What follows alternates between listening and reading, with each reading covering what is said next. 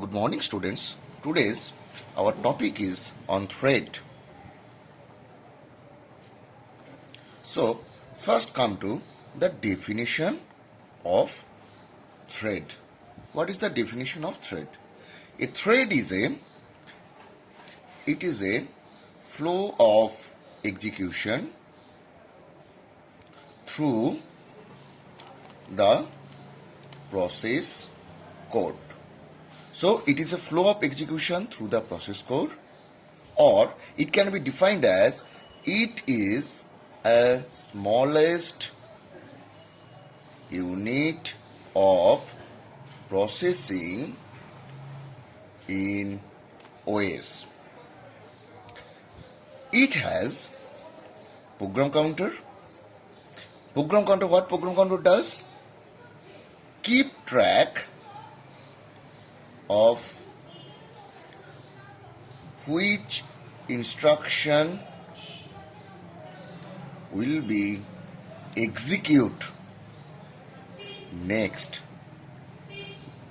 That is the function of program counter. Not only program counter, it has system register. What system register does? It hold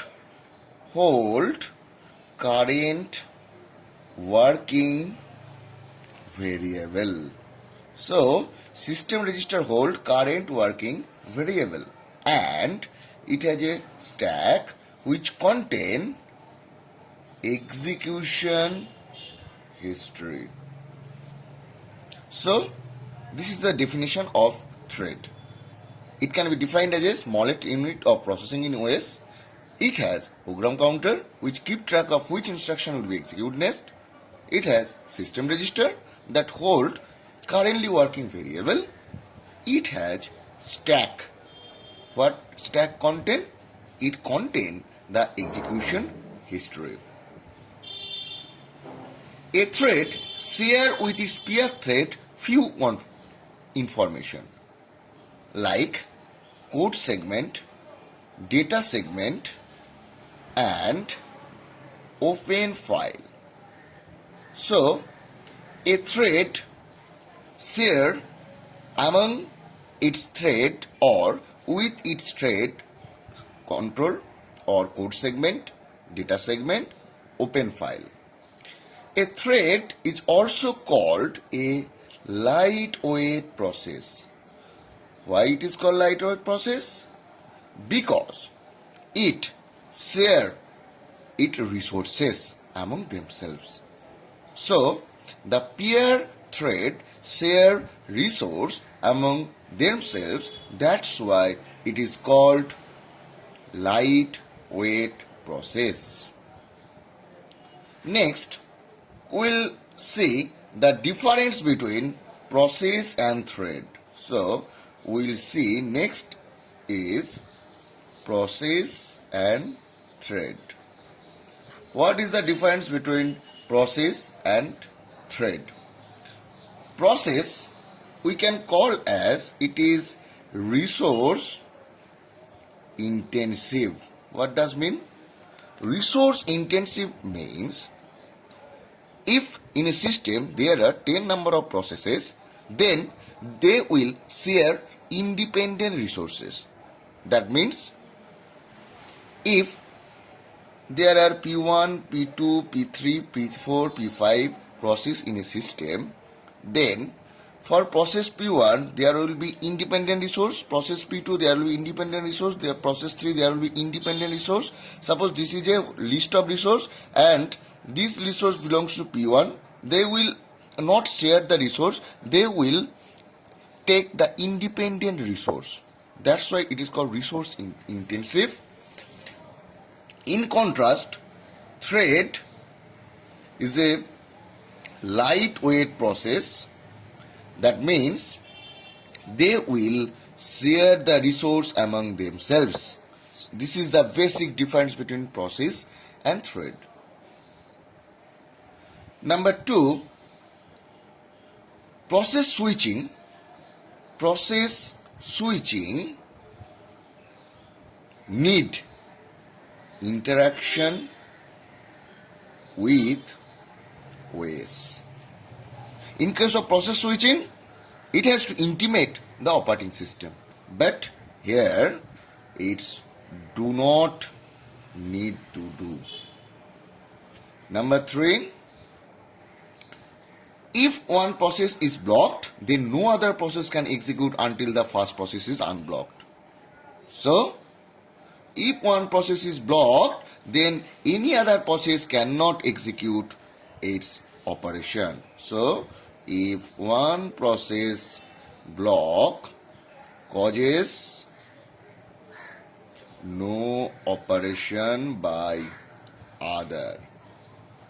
But here, one thread is blocked and waiting, a second thread in the same test can run. So, here, not done. Next, number 4, multiple process without using thread use many resource, but multiple threaded process use fewer resource. Number 5, in multiple process, each process operate independently of the other. So, operations are independent, but here one thread can read, write, or changes another data. So, it is the basic definition or basic difference between process and thread. First point was resource intensive because they don't share memory, but it is not. But in case of thread, it is vice versa. Here, process switching needs interaction with OS. Here, thread does not need to do. Here, if one process is blocked, entire operation is hampered. But here, it is not happen. Next one is operation are independent, but here operations are dependent. Next, we'll take an example of thread. First, there is single process with single thread. The diagram will be like that. Here is your register, counter, stack, next data, next files, next here will be code, and this code. So, under one process there is single thread. So, this diagram belongs to single process P with single thread. That means single thread is contained in the single process, or single process contain the single thread. Now we'll see another example where single process will contain multiple thread. So the diagram will be like that. Register, register, register, counter, counter, counter, stack, stack, stack. This will they say. Next, data, files, but here is your code. Under code, there are first thread, second thread, third thread. So, this diagram belongs to single process with 3 thread. So, this diagram belongs to single process with 3 thread. Here, each thread belongs to exactly one process and no thread can exist outside a process. For this diagram, each thread belongs to exactly one process and no thread can exist outside a process. Each thread represents a separate flow of control. Thread have been successfully used in implementing network server and web server. So, implementing of thread in network server and web server. They also provide a suitable foundation for parallel execution. So, the uses of thread in network server, web server and parallel execution. Next, we will see here the advantage of thread. The advantage of thread can be it minimize the context switch time. Number 2, use of thread provide concurrency within a process. Number 3, efficient communication. Number 4, can be economical to create and context switch thread. And number 5, that is most vital, utilization of multi-processor architecture and greater scale of efficiency. Next, we will see the types of thread. There are two types of thread. Number 1 is user level. Number 2 is kernel level. What do you mean by user level thread? User level thread means user managed thread. But in contrast, kernel level thread is OS managed thread acting on kernel. Kernel means core of operating system. Next, we will find the difference between user level and kernel level. These user level threads are faster to create and manage. But in contrast, kernel level threads are slower to create and manage.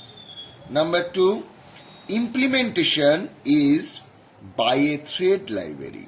Here, implementation by a thread library. But here, OS support creation of kernel level. Number 3, user level thread is generic and can run on any OS. But kernel level thread are platform dependent. Next, multi-thread application cannot take advantage of multiprocessing, but here kernel routing themselves can be multi-threaded. So these are the difference between user level thread and kernel level thread. Now we will find the advantage of user level thread. Number 1, thread switching does not require kernel mode privilege. So, thread switching does not require kernel mode privilege. Number 2, can run on any OS. Number 3, scheduling can be application specific. So scheduling here can be application specific. Number 4, they are faster to create and manage. What are the disadvantages of this user level thread? Most system call here are blocking. Most system calls are blocking, number 1. And number 2, multi-threaded operation cannot take advantage of multiprocessing. So these are the advantages and these are the disadvantages. Here we will find the advantage of kernel level thread. Number 1, kernel can simultaneously schedule multiple threads. So it simultaneously schedule multiple thread. Number 2, if one thread in a process is blocked, the kernel can schedule another thread. So thread execution does not stop if other thread is blocked. Number 3, kernel routine themselves can be multi-threaded. So these are the advantages of kernel level thread. What are the disadvantages? The disadvantage is that kernel threads are generally slower to create. Number 1, they are very slower to create and manage. Number 2, transfer of control from one thread to another within the same process required a mode switch to the kernel. So kernel intimation is needed in switching. That requires a lot of time. So that is the disadvantage of kernel level thread. Here we will see the multi-threading model. Some operating systems provide a combined user level thread and kernel level thread.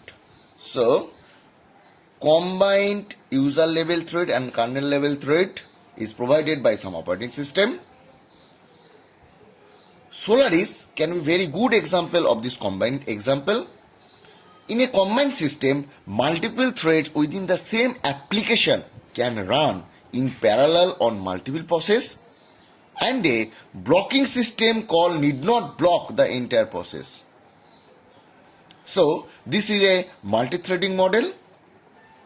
The multi-threading model are of 3 types. Number 1, many to many. Number 2, many to one.